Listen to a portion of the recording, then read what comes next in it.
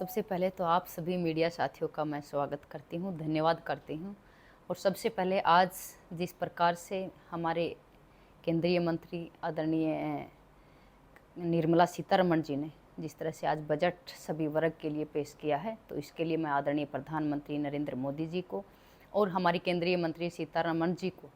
दोनों को ही मैं धन्यवाद करती हूँ, आभार प्रकट करती हूँ और बधाई शुभकामनाएं देती हूँ सभी लोगों को, देशवासियों को, कि इतना अच्छा बजट आज हमारे लोकसभा के अंदर हमारा पेश किया गया है। और दूसरी तरफ मैं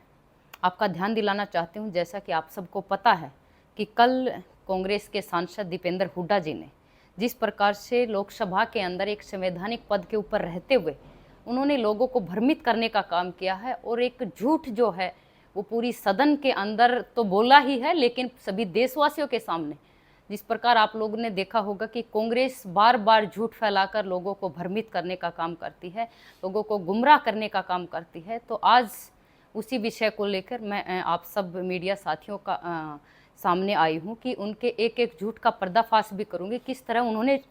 खिलाड़ियों के ऊपर, खासकर खिलाड़ियों के ऊपर जो चर्चा का जो विषय था उसके ऊपर झूठ बोला है। आपको बताना चाहूँगी कि अभी जस्ट लोकसभा चुनाव हुए थे, तो आपने देखा होगा कि किस तरह से कांग्रेस ने हमारे जितने भी लोग थे उनको बांटने का काम किया है, चाहे वो आरक्षण को लेके हो, चाहे वो संविधान को लेके हो कि संविधान खत्म हो जाएगा और संविधान को ख़त्म कर दिया जाएगा, आरक्षण आपका ख़त्म कर दिया जाएगा। ये झूठ जो कांग्रेस की रीति नीति और खून में बस गया है, मुझे लगता है कि उनके खून से बाहर निकालने का काम भारतीय जनता पार्टी ही करेगी। इस झूठ को उनका पर्दाफाश करने के लिए भारतीय जनता पार्टी हमेशा आगे रहकर उनके झूठ का पर्दाफाश करेंगे। और मैं दूसरी ओर एक चीज़ और मैं आपको ध्यान दिलाना चाहती हूँ कि जिस प्रकार से अग्निवीरों के बारे में राहुल गांधी जी ने सदन के अंदर भी कहा और पूरे देश के अंदर लोकसभा चुनाव के अंदर अग्निवीर को लेके भी लोगों के अंदर भ्रम फैलाया गया, चाहे किसानों को लेके हो, हर तरह का, मतलब किस किस पॉइंट पे कहें वो पॉइंट जो हमारे देश के लिए सबसे सर्वोच्च नागरिक है और जो देश की सेवा करते हैं, न देश की सेवा करने वालों को छोड़ा, न किसानों को छोड़ा और न ही हमारे गरीब तबका जो है उनको छोड़ा, हर किसी के बारे में झूठ फैलाने का काम करते हैं। और अग्निवीर को लेकर जिस प्रकार से राहुल गांधी ने सदन में बोला, तो उसका पर्दाफाश करने के लिए आदरणीय रक्षा मंत्री राजनाथ जी ने सामने आकर देशवासियों को जो है वो सत्य बताने का काम किया और उस घिनौने झूठ को क्या नाम है जिस तरह से राहुल गांधी ने फैलाया था उसका पर्दाफाश हमारे आदरणीय रक्षा मंत्री राजनाथ जी ने किया। और किसानों को लेकर आदरणीय हमारे क्या नाम है कृषि मंत्री शिवराज सिंह चौहान जी ने उस चीज़ का पर्दाफाश किया। और दूसरी तरफ और ध्यान दिलाऊंगी कि प्रदेश के अंदर जो प्रदेश के पूर्व कुश्ती संघ के प्रधान सांसद दीपेंद्र हुड्डा जी, शायद मुझे लगता है वो भूल गए हैं अपने समय को। और हरियाणा वासियों को भी बताना चाहूँगी ताकि हरियाणा वासी भी दीपेंद्र हुड्डा से ये जवाब मांगे, और सिर्फ हरियाणा वासी नहीं, वो हर वो खिलाड़ी जवाब मांगे और सभी देशवासियों के को भी उनसे जवाब मांगना चाहिए कि जिस प्रकार का झूठ उन्होंने सदन के अंदर खिलाड़ियों को लेकर फैलाया है। सबसे पहले तो दीपेंद्र हुड्डा जी ये बताएं कि 2012 से लेकर 2022 तक 10 साल के कार्यकाल वो कुश्ती के हरियाणा कुश्ती संघ के प्रधान रहे हैं और जितने भी उन्होंने कारनामे गिनवाए ये उनके टर्म कंडीशन के दौरान की हैं। तब वो कहाँ पे थे जब वहाँ पे जाकर खिलाड़ियों के साथ एयरपोर्ट के ऊपर कभी फोटो खिंचाते थे, कभी उनके घर पे जाकर बधाई देने जाते थे, लेकिन उन्होंने क्या कभी उन खिलाड़ियों की सूध ली? क्या उनको कहीं कोई समस्या है, उनको कहीं कोई प्रॉब्लम है? जब उनको अपने पद पे रहते हुए उन खिलाड़ियों की सूध नहीं ली तो किस हक के साथ वो खिलाड़ियों के साथ खड़े और किस हक से वो सरकार से पूछ सकते हैं कि आपने ये नहीं किया, आपने, क्योंकि आप उस संवैधानिक पद के ऊपर थे, कुश्ती हरियाणा कुश्ती संघ के अध्यक्ष आप थे। जवाब आपसे हम सब खिलाड़ी मांगते हैं और आपको देना चाहिए कि आपने उस समय पे उन खिलाड़ियों की सुध क्यों नहीं ली। बात रही, उन्होंने कहा कि योगेश्वर दत्त, विजेंद्र और बबीता फोगाट को डीएस में, तो आपको बताना चाहती हूँ कि आज योगेश्वर दत्त, विजेंद्र भी भारतीय जनता पार्टी के अंदर हैं और बबीता फोगाट भी। लेकिन एक झूठ और जो आपने साथ में फैलाया कि बबीता फोगाट को डीएसपी बनाए, तो सॉरी, मैं माफ़ी चाहूँगी, लेकिन आपको शायद पता नहीं है कि आपकी सरकार ने ये फोगाट बहनों के साथ कितना अन्याय किया था। आपको भी पता है कि जब आपके पिताजी मुख्यमंत्री थे तो जबकि मेरी बड़ी बहन डिजर्व करती थी डीएसपी के लिए, लेकिन आपने डीएसपी उनको नहीं बनाया। मैं डिजर्व करती थी डीएसपी के लिए, आपने डीएसपी मुझे भी नहीं बनाया। और मेरी बड़ी बहन को कोर्ट का सहारा लेना पड़ा, और भारतीय जनता पार्टी की जब सरकार थी उस दौरान उन्होंने डीएसपी का पद जो है उनको कोर्ट ने जो सम्मान दिया, और भारतीय जनता पार्टी ने उन्होंने डीएसपी के पद पर ज्वाइन करवाया। और मुझे भी, मैं बताना चाहूँगी कि मैंने भी कोर्ट में केस कर रखा था, और कोर्ट केस उसके बिहाव पे ही आदरणीय मुख्यमंत्री उस टाइम मनोहर लाल जी ने मुझे उस टाइम पे डिप्टी डायरेक्टर स्पोर्ट्स बनाया था, उसी के बिहाव पे मुझे डिप्टी डायरेक्टर स्पोर्ट्स बनाया गया था। तो मैं आपसे ये जवाब मांगना चाहती हूँ कि जब खेल नीति सब खिलाड़ियों के लिए सम्मान थी, तो ये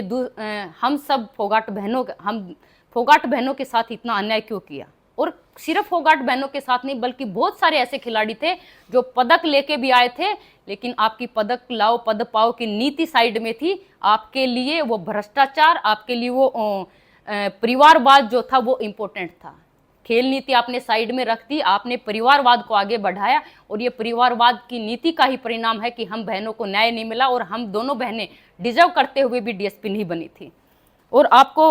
मैं पूछना चाहती हूँ एक सवाल और खासकर हमारे सभी कुश्ती के खिलाड़ियों को भी मैं ध्यान दिलाना चाहती हूँ कि 2012 से लेकर 2022 तक इस 10 साल के अंदर, जबकि हरियाणा के अगर कुश्ती की हम बात करें तो हर घर के अंदर कोई ना कोई पहलवान मिलेगा। हरियाणा के किसी गांव में, किसी भी जिले में आप चले जाएं, फिर भी आपने इस 10 साल के दौरान एक भी सीनियर नेशनल अगर हरियाणा में करवाया हो तो आप हमें जरूर जवाब दीजिएगा। अगर जवाब नहीं है तो इन सभी खिलाड़ियों से और हरियाणा वासियों से आपने, और सभी देश के खिलाड़ियों से आपको माफ़ी मांगनी चाहिए, और देश के सामने माफ़ी मांगनी चाहिए कि आपने ये झूठ फैलाने का जो काम किया है और खिलाड़ियों को भ्रमित करने का काम किया, हरियाणा वासियों को आपने भ्रमित करने का काम किया है। लेकिन मैं आपको एक चीज़ और, मैं आपके तरफ आप सभी देशवासियों का ध्यान दिलाना चाहती हूँ कि शायद दीपेंद्र हुड्डा जी को नहीं पता कि धरातल के ऊपर जब सबसे पहले तो आदरणीय प्रधानमंत्री नरेंद्र मोदी जी की नीतियों की अगर मैं बात करूं तो टारगेट ओलंपिक पोडियम हर वो खिलाड़ी, क्योंकि मैं खुद उस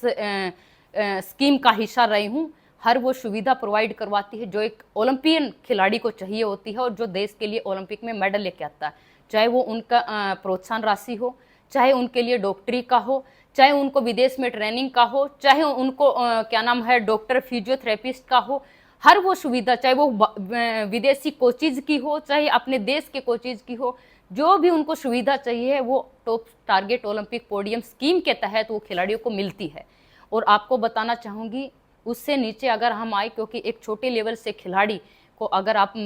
जब ऊपर की तरफ निखरते हैं, क्योंकि बड़े लेवल पे पहुंच जाते हैं तो वो सुविधा मिलती है, लेकिन जब छोटे लेवल से जब खिलाड़ी को निकालना होता है, वहाँ से उनको प्रोत्साहन चाहिए होता है, तो उसी के बिहाव पे खेलो इंडिया स्टार्ट किया गया था, उसी के बिहाव पे ही खेलो यूनिवर्सिटी स्टार्ट की गई है, ताकि हमारे खिलाड़ी कोई भी इस चीज़ से पीछे ना रहे और उन खिलाड़ियों को शुरू से ही शुरुआत में जब वो शुरुआत करते हैं उसी समय वो सुविधा प्रोवाइड कर दे, ताकि आने वाले समय में ओलंपिक के लिए हम उन खिलाड़ियों को तैयार कर सकते हैं। तो उन सब खिलाड़ियों को वो सुविधा भारतीय जनता पार्टी की और हमारे आदरणीय प्रधानमंत्री नरेंद्र मोदी जी की नीतियों की वजह से मिलती हैं। और भी धरातल पे अगर आ जाएं, हम जब गांव देहात की बात करते हैं, स्कूलों की अगर बात करते हैं, तो गांव देहात के अंदर, हर गांव के अंदर आदरणीय प्रधानमंत्री नरेंद्र मोदी जी ने सभी देशवासियों से आह्वान भी किया था, फिट इंडिया मूवमेंट से जोड़ने का काम किया था। और जो हमारे गाँव के अंदर ओपन जिम जो है, ये भी आदरणीय प्रधानमंत्री नरेंद्र मोदी जी के द्वारा ये शुरुआत की गई थी। और आज धरातल के ऊपर हम देखेंगे गांव-गांव के अंदर जो है ओपन जिम लगी हुई है और लोग बाहर निकलकर जिम करते भी हैं, चाहे वो महिलाएं हैं, चाहे पुरुष हैं, चाहे बच्चे हैं। और छोटे बच्चों की अगर बात करें तो हर गांव के अंदर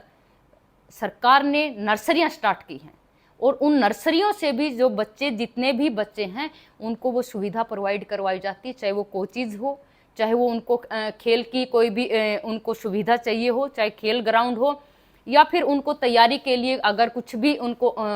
पैसा चाहिए होता है, वो भी हरियाणा सरकार ने हमारी ने दिया है और केंद्र की सरकार ने भी दिया है। तो आप किस बिहाव पे ये कह सकते हैं कि आपकी खेल नीति ने काम किया? अगर धरातल पर अगर खेल नीति आपकी लागू होती तो हम जैसे खिलाड़ी भी उन चीज़ों से वंचित नहीं रहते, हमें भी न्याय मिलता और हम भी आज कहीं ना कहीं डीएसपी के पद पे होते। लेकिन आपकी सरकार ने और आपके पिताजी ने जिस प्रकार से खिलाड़ियों के साथ अन्याय किया है वो सभी देशवासियों के सामने है, ये किसी से भी छुपा नहीं है। और दोबारा से मैं दीपेंद्र हुड्डा जी को मैं ज़रूर कहना चाहती हूँ कि आपने शुरुआत की है कि हिसाब मांगे हरियाणा। वैसे तो आदरणीय गृह मंत्री जी ने सभी देशवासियों के सामने और खासकर हरियाणा वासियों के सामने जवाब दिया था आपके सवाल का कि मैं बनिया का बेटा हूँ, एक एक पाई पाई का हिसाब लेकर आया हूँ। शायद मुझे लगता है आपने भी सुन लिया होगा और वो पाई पाई का हिसाब आज पूरा हरियाणा आपसे मांगता है। और उनसे कहना चाहती हूँ कि आपके कार्यकाल के अंदर अगर फायदा पहुँचा है तो सिर्फ और सिर्फ परिवारवाद को, अगर आपने फायदा पहुँचा है तो भाई भतीजावाद को, और या फिर अपने आसपास अपने रिश्तेदारों को। आपने सभी समान वर्गों के साथ आपने न्याय नहीं किया। अगर मैं स्पेशली बात करूं चरखी दादरी की, तो रोहतक और चरखी दादरी कोई ज़्यादा दूर नहीं है। लेकिन आज मैं चरखी दादरी की प्रतिनिधि होने के नाते भी और एक खिलाड़ी होने के नाते भी और यहाँ की बेटी होने के नाते भी एक जवाब आपसे मांगती हूँ कि जब आपके दीपेंद्र हुड्डा जी, आपके फादर जब मुख्यमंत्री थे हमारे 10 साल के दौरान, जब हम खरडी मोड़ के ऊपर, आपको पता है कि खरडी मोड़ तक तो 4 लाइन रोड होता था, जैसे ही खरडी मोड़ हमारा रोड खत्म होता था वहाँ से आपकी वाइट पट्टी भी खत्म हो जाती थी। तो जवाब आज चरखी दादरी की जनता आपसे मांगती है कि उस टाइम पे ये अन्याय क्यों था। क्या रोहतक और दादरी आपके लिए अलग था? इसीलिए क्योंकि हम दादरी और भिवानी जिला अलग था क्योंकि वो रोहतक में नहीं लगता था। आपने अन्याय किया है सभी वर्ग के साथ, आपने अन्याय किया है उन सभी हरियाणा वासियों के साथ, जो कि आज जनता आपसे जवाब मांगती है और आपको जवाब देना भी चाहिए। तो मैं सभी का, आप सब लोगों का यहाँ पहुँचने पर धन्यवाद करती हूँ कि आप